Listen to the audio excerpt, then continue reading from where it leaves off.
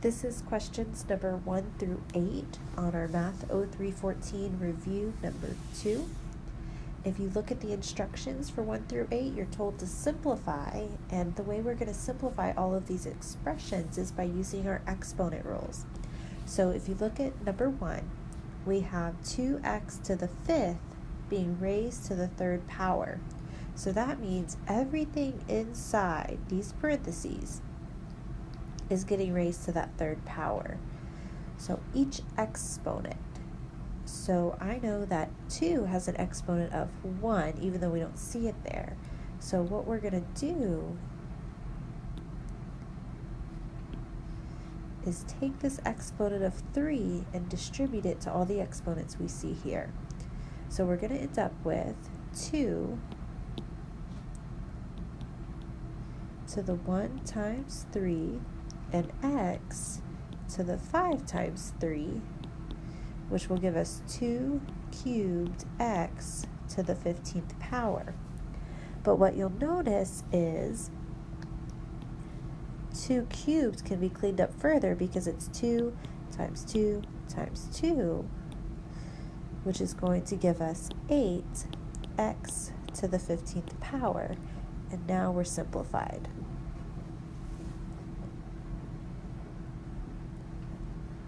So looking at number 2, we have x to the 4th times x to the 10th. So what we have here are like bases. We have an x, and they're each being raised to a certain power.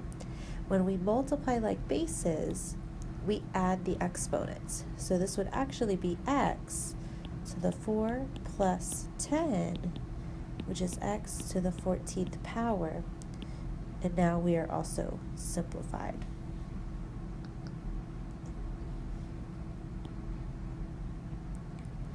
So take a look at number 3. We have negative 5x to the 0 power.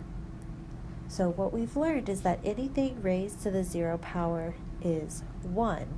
But we have to consider what is actually being raised to the 0 power here. So for us, in this problem, only the x is being raised to the 0 power.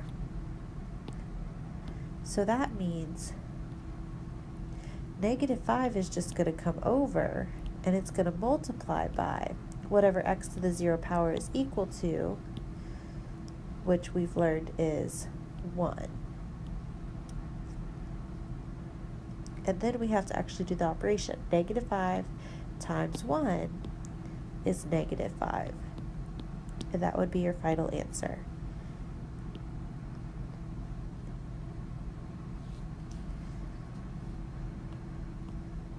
Looking at number 4, we have 3x to the 4th raised to the 2nd power. So again, everything inside these parentheses here is getting raised to the 2nd power.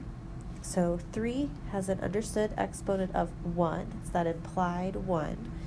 So we're really going to have 3 to the 1 times 2, which is 2, and x raised to the 4 times 2, which is 8. And again, 3 squared.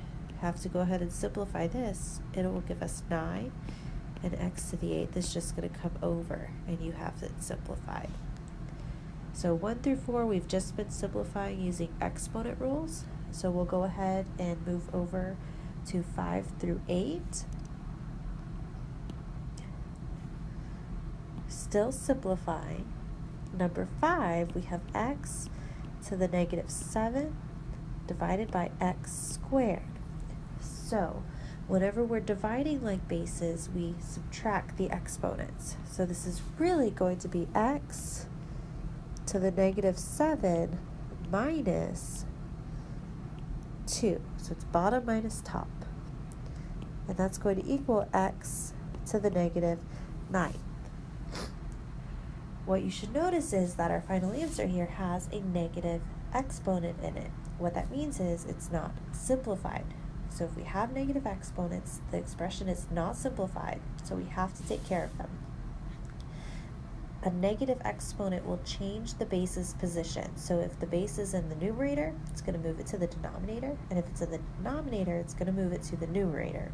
So we don't really have a fraction here, but if we put this guy over a 1, we now have a fraction, and we can see that our x to the negative 9 is actually in our numerator. So to make that exponent positive, I will have to send it to the denominator.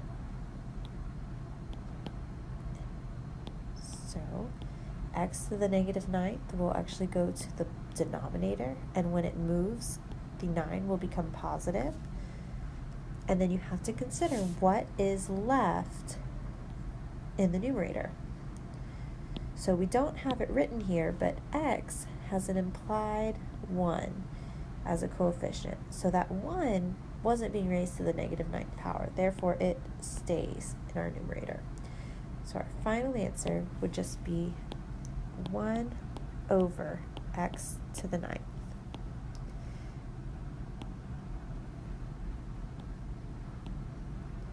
For number 6, we have x to the 9th divided by x to the 6th. So we have to apply the same rule. We have division of like bases, therefore we will subtract the exponents. So we will have x to the 9 minus 6, and 9 minus 6 is 3, so we have x to the 3rd power. Now, unlike the previous problem, we don't have a negative exponent, so there's nothing more to simplify. We don't need to send it to the denominator or anything like that. It's just going to be x to the 3rd.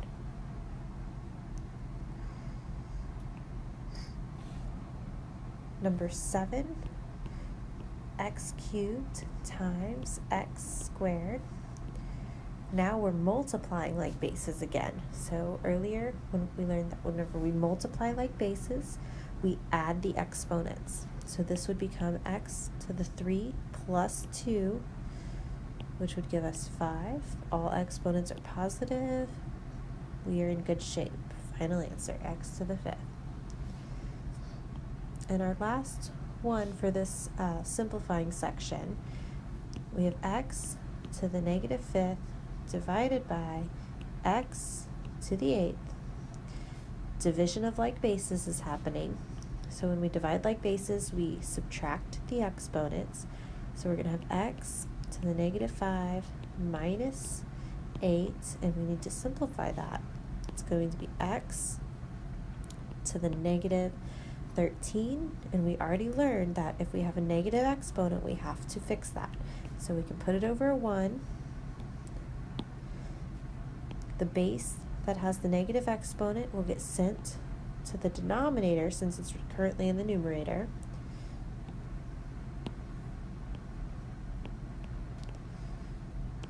And when that happens, the exponent will become positive, and then we have a 1 left over in our numerator. Negative exponent has been taken care of, so our answer is as simplified as possible. So every single one of these problems required some type of exponent rule.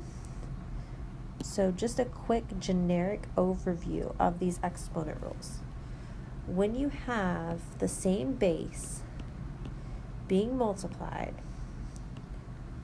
we can simplify that into one base, but we have to add the exponents. So you saw that rule used a few times. On the other hand, when we have division of like bases,